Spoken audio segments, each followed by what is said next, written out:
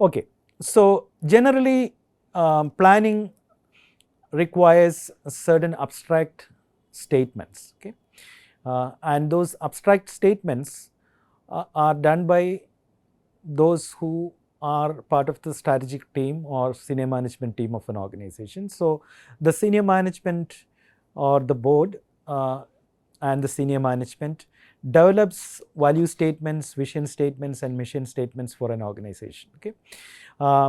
These are some sort of samples I have drawn here. Values means what you will stick to in conducting your business. Vision means where you want to reach, okay, in a given period of time. And mission means what activities will you do, will you choose to do, okay, that aligns with your mission, your vision. Okay. So that is what a mission statement is. These are examples of companies you actually probably adore or like. Now, strategic planning is always top down, okay. Of course there will be inputs from the bottom, but planning actually implies that, well, it's an activity that is led by the top, okay. So organizational strategy planning, I don't have to repeat these lessons because you have familiarity with this. Now I am translating this into the cybersecurity world, okay. Into the world of cybersecurity, well, this may already exist.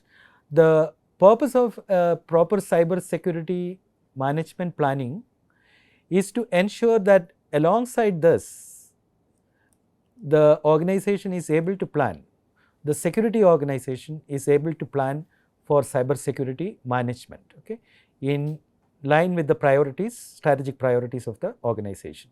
And you can see that you also need to have a structure, okay, for cybersecurity as a sub-organization, okay. You can see cybersecurity as a sub-unit or a sub-organization of a large organization, and it should have its own structure. For example, you can see that there is a role here. What is that role? CISO, okay, that stands for security, top security officer, okay. So in cyber security, apart from the IT, there should be a separate CISO or a C-level executive, okay, who reports to the CIO. Okay, CIO may be the head of the whole information or IT, but there is an immediate role of CISO who report to a CIO, and the role of CIO is to understand both business and technology, okay, and cyber security, and build policies. Tomorrow, next class is going to be on cybersecurity policy, okay. The policy is something that is initiated by a CISO, keeping in mind the strategic priorities of the organization. And therefore, in order to draft a policy and in order to operationalize a policy and in order to build a structure and sustain that structure, you need a top role for cyber security, okay. And I hope in today's case you will see that the organization you discuss did not have a role called CISO. So then once a major incident happens, then they see that, well, we don't have this kind of structures, we need to have them, we don't have a policy, we don't have contingency planning. So there has to be someone who leads these initiatives at a strategic level, at a top level, okay. Particularly when your organization is large and your cyber assets are large and you are critically dependent on IT systems to run your business. And you also know in India, RBI mandates that every banking institution should have a top role like a CISO role. In addition to a CIO, okay, there should be a security top executive, okay. Whatever you call it, director security or CISO or whatever, there has to be a separate top role for cyber security alone. So the job description of the CISO, Chief Information Security Officer, doesn't involve that cyber security term, it is CI standing for information. CISO's job description is to create strategic information security plan or the policy and plans in accordance with the policy, and also prepare budgets, prepare plans, tactical and operational, and monitor, comply with law. There are a lot of nuances when you actually implement cyber security in a informed way in an organization. Okay. And you will also see that when an incident happens, the role of CISO becomes extremely critical as to what to do, okay, and what to communicate to the public, etc. Okay. Now, that is one part of planning. I stopped there on the organizational planning, which is alongside the strategic planning and building structures, processes, etc. And we will continue that path in the risk management when we discuss risk management a couple of sessions from here. But now we switch to the other part of planning, which is contingency planning. Contingency is, it's an unpredicted, unaccounted for incident which can happen. Unaccounted in the sense, despite all your preparation, things go wrong, and those contingencies you need to have, in accounting we say contingencies, it's a accounting head, which are not planned but still can happen, contingent situation. So, as shown in this slide, the main goal of contingency planning is restoration to normal modes of operation with minimum cost. That is the goal of contingency planning. Okay, so that is what the team, the CPMT, as the team is shortly called, Contingency Plan Management Committee. In large organizations, there will be a separate CPMT team, a team which actually plans contingencies and prepares the policies and documents, which we will see in a short while, for contingencies. Okay. So, CPMT team is an oversight team which typically oversees contingency planning process. There will be subcommittees within instituted by CPMT for various activities, but CPMT is like a higher level team for contingency planning alone. Okay. Now, what does contingency planning involve?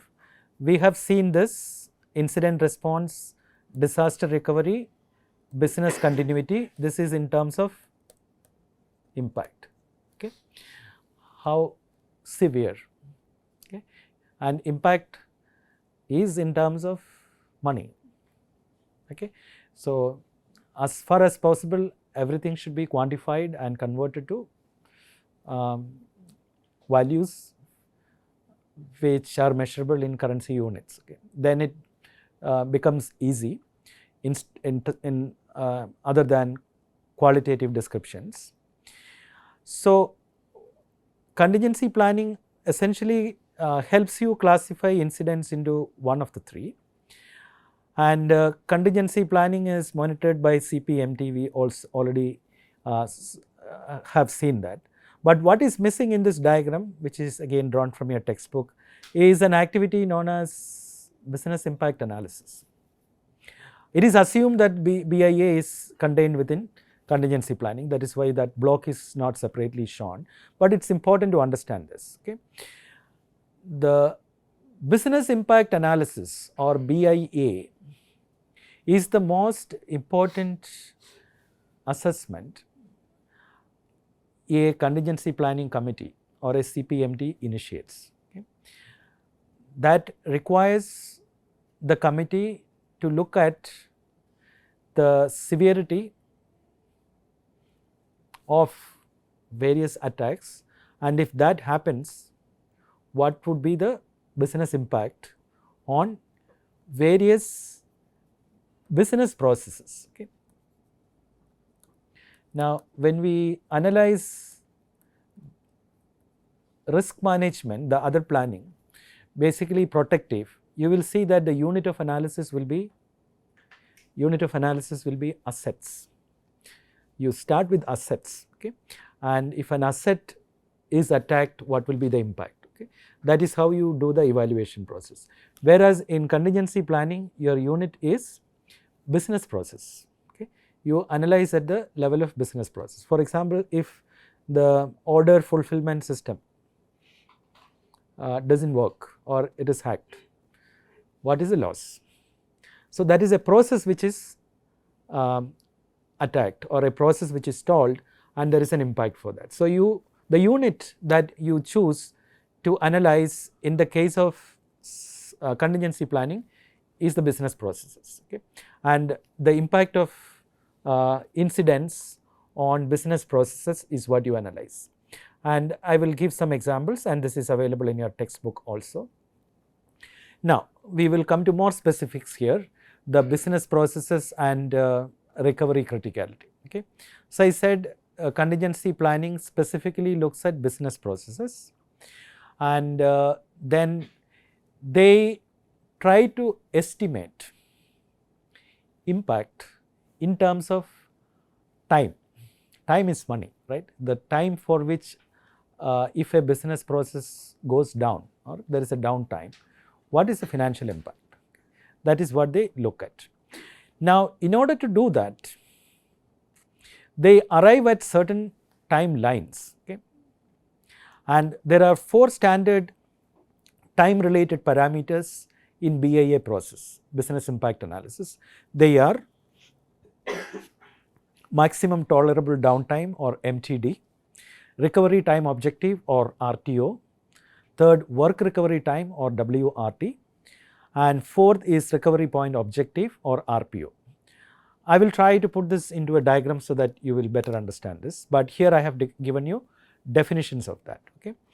Maximum tolerable downtime, it is a tolerance of a manager, of a process manager.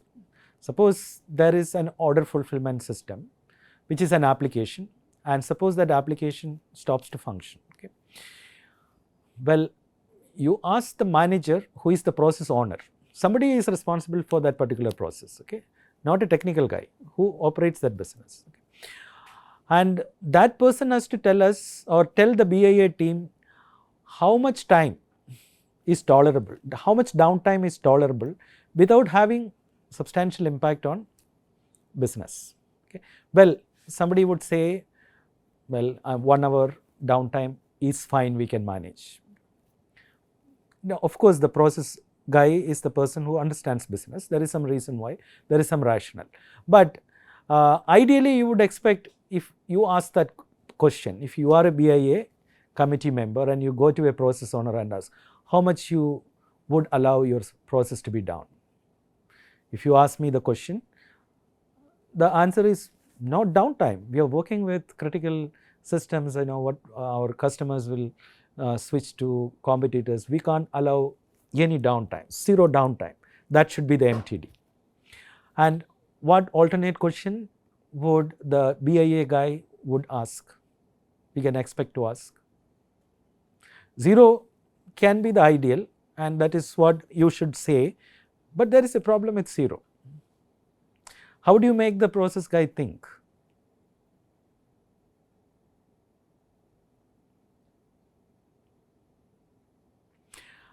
Yeah, so we will come to that. You are thinking, okay? So you have to think and articulate. So the process guy has not given enough thought to cost, okay? There is a cost of downtime. There is another cost also, okay, which we will see in the subsequent slide, okay? So MTD could be ideally 0 but cannot be 0. So there has to be a reasoned time which the process accepts as downtime. That is MTD. That is like a reference. Once MTD is established, the BIA can now work on 2 timelines, which is the recovery time objective and work recovery time, okay? Recovery time objective is if the manager says, process owner says 1 hour downtime is fine, then the BIA team has to say, in 1 hour time I have 2 things to do. One is to restore the server or whichever system is not running to operation. It should start running, it becomes functional. The other is the operations restore, okay? System is ready does not mean that the operation is ready. You know, you have to do a lot more preparation to start working on that, okay? So there is a work recovery time and there is a recovery time objective. RTO is, well, server is now ready for use, okay? Then the operational employees come and then sign in and then do their formalities, do the checks that is required. That is another time which is called work recovery time. And then you find that, you know, your operations cannot be cannot be starting from the instance it went down, because we do not have a backup. Okay. So, it may take more time actually to come back to normal operations, depending on some of these aspects. So, therefore, the fourth timeline is coming, which is recovery point objective. RPO is nothing but the point in time to which a system can go back. This is purely dependent on the backup policy. Okay. If you are backing up the system every hour, so maximum 1 hour data may be lost. Okay. So, your RPO is 1 hour, you can go back to 1 hour maximum. Okay. But if your recovery policy or your backup policy is for every day one backup, then you may not have that much privilege. So, RPO depends on the criticality, and these are timelines set by the management to manage contingencies. Okay. So, BIA team's responsibility is to ensure that these timelines are set if they do not exist. Okay. And then based on say an MTD, which is the overall acceptable downtime, determine a rational RTO and WRT, and also establish an RPO, a backup policy. Okay. Once these things are done, then you can go forward. So, this diagram actually illustrates the 4 time related parameters we discussed. MTD is the sum of RTO and WRT. RTO is the time taken to bring the system live. The system goes live here and it becomes operational here. Okay. So, RTO and WRT together is MTD, and MTD is a time accepted by the process owner, not by the technical team. Okay. And RTO and WRT are times that are worked out by the technical team based on how much time is allowed to go down. Okay. And RPO is again the recovery point objective, is a backup policy, and also depends on criticality of the business. Okay. Now, this is again an illustration of the concepts we discussed. We already saw that BIA, business impact analysis, uses business process as a unit. Okay. So, one should first identify which are the business processes in the organization, which are automated by applications. Okay. Business processes are what get automated by applications. So, a invoice process is automated, it is using applications. Suppose the invoicing goes down, it has an impact on business. Then you pressurize the process guy to specify what is the MTD. Okay. How to pressurize, we will see in the next slide. Okay. He or she cannot give 0 hours, and some rationale is worked out. 72 hours is what you can tolerate maximum. Okay. There will be losses, but this can be tolerated maximum. And then you can see that they work out subsequently. The recovery time objective is 36 hours, which is less than the RTO, will be less than the MTD, obviously, because WRT is also involved. You can see it is 36, which is half the time. Okay. So, half the time is allotted for work recovery. So, but this need to be worked out for each business process. So, you can see the role of a BIA team in contingency planning is to analyze business processes which are automated and arrive at these timelines, and then work on further processes, which we will see. And here in this particular illustration, you can also see that they use FIPS 199, which you are also going to use in your incident analysis in your assignment. So, one could also determine the severity in terms of confidentiality, integrity and availability as low, medium or high. Okay. So, that gets documented in a process like this. Okay. Okay. Based on these concepts, let us go to the next item, which is about the cost balancing.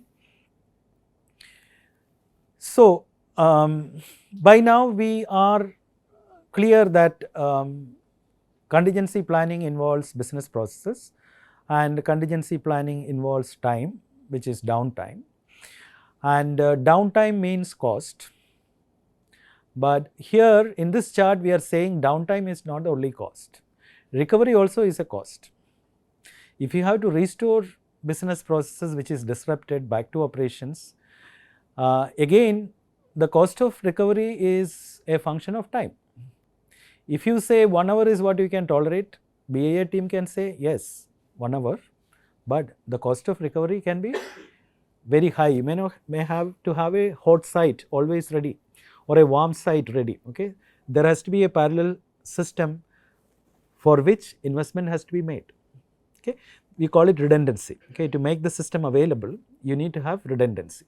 Redundancy is a cost. So you can see there is a optimum time that has to be worked out to balance the cost of recovery and the cost of disruption. Okay, so length of disruption time is the x-axis and cost is the y-axis. So when length of disruption time is made low, say a region like this, okay, disruption time is made as low as possible by ensuring redundancies, and you can switch over to a new system immediately, etc. Very good. But your cost of recovery in terms of systems that you have to keep ready for fast recovery goes up. So the cost is borne by the organization, right? The process owner can always say it should be here or here. Okay, then somebody has to show this graph. Well, boss, fine, I'm fine, but we have to see if the organization is willing to invest so much to reduce the cost of recovery. Okay, so therefore you can see the trade-off between cost of recovery and cost of disruption, which will be the typical scenario, and therefore you know the optimum point is the point of intersection between the two graphs. Okay, so this this concept should be clear in the mind of managers. Okay, because ultimately it's a negotiation for time. Contingency planning is basically a negotiation for time. In how much time you can, objective is to bring back the system back to normalcy, minimum time at the earliest. That earliest is the objective given by the management. That earliest depends on these two aspects, cost of recovery and cost of disruption, and how much you are willing to invest. Okay, so contingency planning cannot be done without the involvement of management and their willingness to invest in redundancies to ensure restoration of systems based on priority. Now this, so rest of the contingency planning in terms of what you do can be understood using this diagram or this particular block diagram very well. You can see that there is a switching from IRP to DRP and DRP to BCP depending on the impact of the incident. Okay, what is the impact of the incident on business processes determines what action is triggered. An IRP is triggered if the impact is low. It switches to disaster recovery if it is next level, and it switches to BCP, business continuity planning, if you can't continue business in the same location. So I would say this will be led by, it also depends on who leads the initiative or who leads this particular activity or task.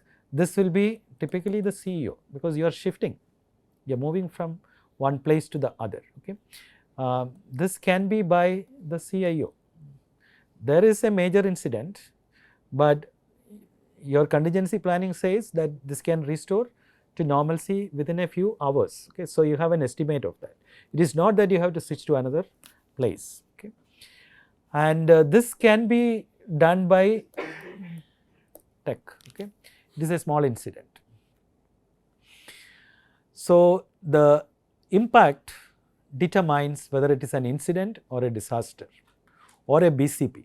So there is a difficulty in the articulation because the terminologies whoever gave it is not well done. Okay. Incident and disaster, well, these are two,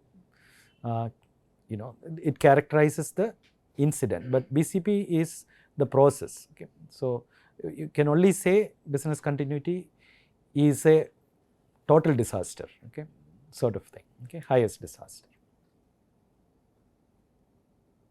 Yeah, you can also say the restoration is in the same site, okay, in the disaster recovery it is in the primary site, you don't change or switch the site. Now, rest of the activities involved in the planning are descriptive and they are described in your textbook. I will take you through this slides which describes them, but they are easy to understand, self-explanatory most of them, as to what you do before, what you do during and what you do post, etc.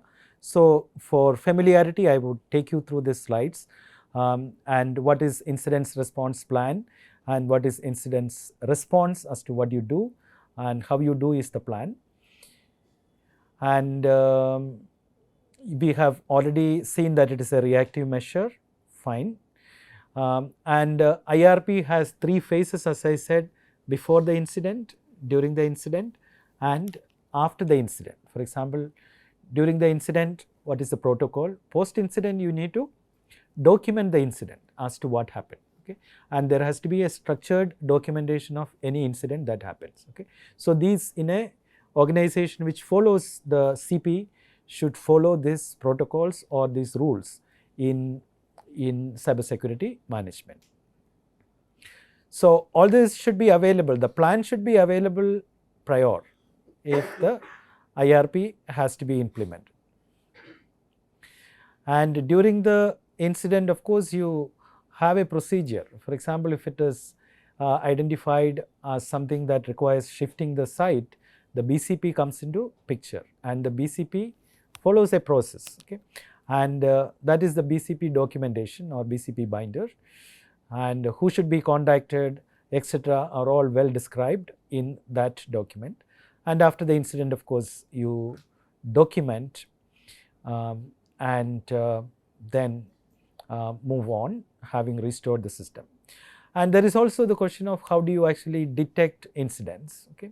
Incident detection or intrusion detection systems do exist technologically, and therefore the system should be active, and you should have active logs and active reporting systems. And conceptually, Pipkin and others identifies 3 categories of indicators for incidents, okay. They call it possible indicators, probable indicators and definite indicators, okay.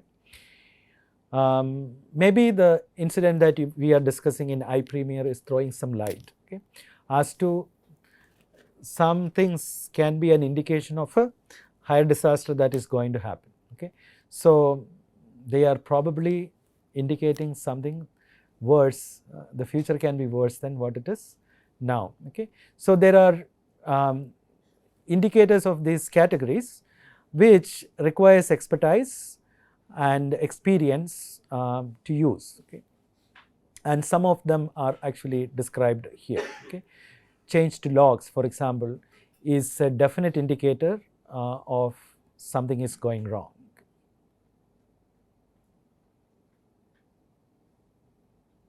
Yeah, threat intelligence. So, incident means something that has happened, okay. Threat is something that could happen, okay. So both are different. So here we are talking about, well, something has happened, and even after happenings, if you don't have systems, you may not know, okay. But what indicates incidents is what is described here. There's something called threat intelligence, which is about what potentially can happen, okay.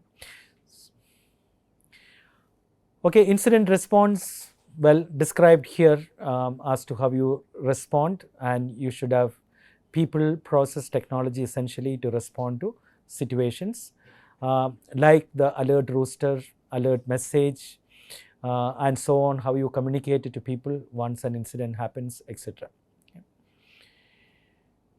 And an incident should be documented in a structured format, and that should cover who, what, when, where, why, and how. So there should be structured templates or documents which are available when you actually implement standards for cybersecurity.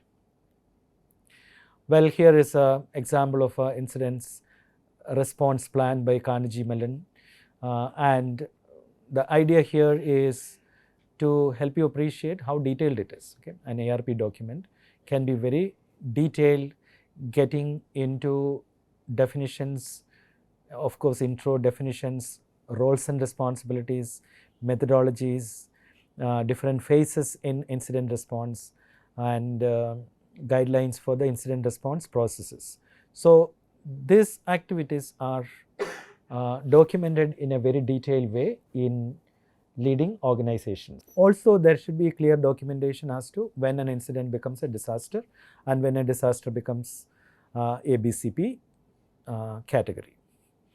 And there should be, these are all management processes, there should be after action review as to does it improve or does it become worse.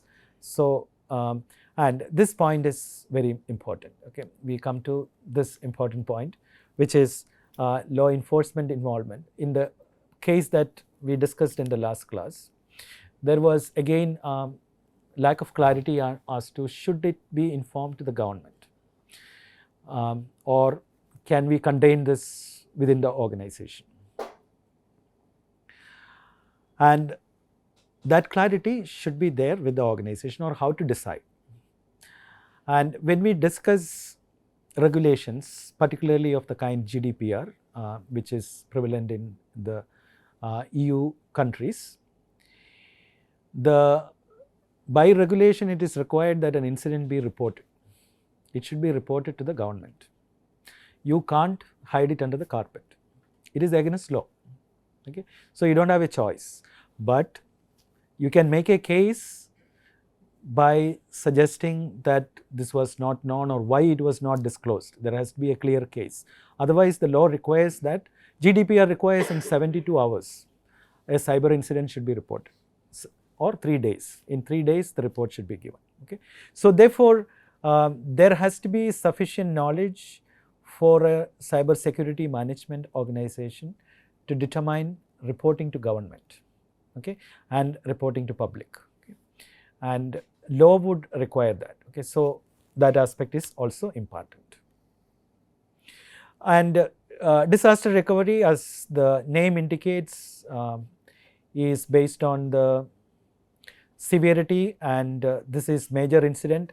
So you can think of the iPremier case, which is a major disaster. Business is down, right? And they don't have a BCP, of course, they have to manage within the site, and that discussion is on. Okay, let me actually leave these slides for you to read, and these are taken from your textbook. I don't want to spend time unless there is something that I need to describe you in a lot more detail. BCP and DRP, we have already defined what they are, and in BCP there can be many strategies. You can have a hot site, you can have a warm site, you can have a cold site. Hot site means there are, say, 2 sites running parallelly. If one is down, the other is ready to run. Okay, so you are ready to restore your business processes, maybe certain business processes which are most critical immediately. There is no or very, very low downtime. Okay, that is known as the hot site strategy. Warm site is, well, not immediately ready, but can be made ready within defined timelines. Cold site is the lowest, but there is a site possibly you can actually bring into operation within a longer period of time. And there are other options in cybersecurity management parlance today to use sites which are time shared, lot of options which requires expertise and knowledge of the domain to determine. So what it means is BCP is a separate strategy for which you need to know the market, you need to know what are the possible options, and then that knowledge should be available within the organization, okay, within the region where you function. All right. These are self-explanatory. I move on. Okay. For the benefit of time, I would leave this for you to read. Okay. Yeah. Let me come to this point and close the lecture here, and then we will discuss the case. Testing contingency plans. Okay. So, are we ready if an incident happens? Okay. So, this is again the role of the security organization to keep the organization alert, okay, and ensure that they are ready if an incident happens. Okay. So there should be periodic checks, okay, sometimes mocks, to test the preparedness of the organization. Okay. And I have given you link here which you can go and explore to understand practically how some of this tests are done in organization. You must have heard about red teams, blue teams and purple teams. Okay. Red teams in an organization plans a simulated attack, blue teams defend, purple teams moderate. Okay.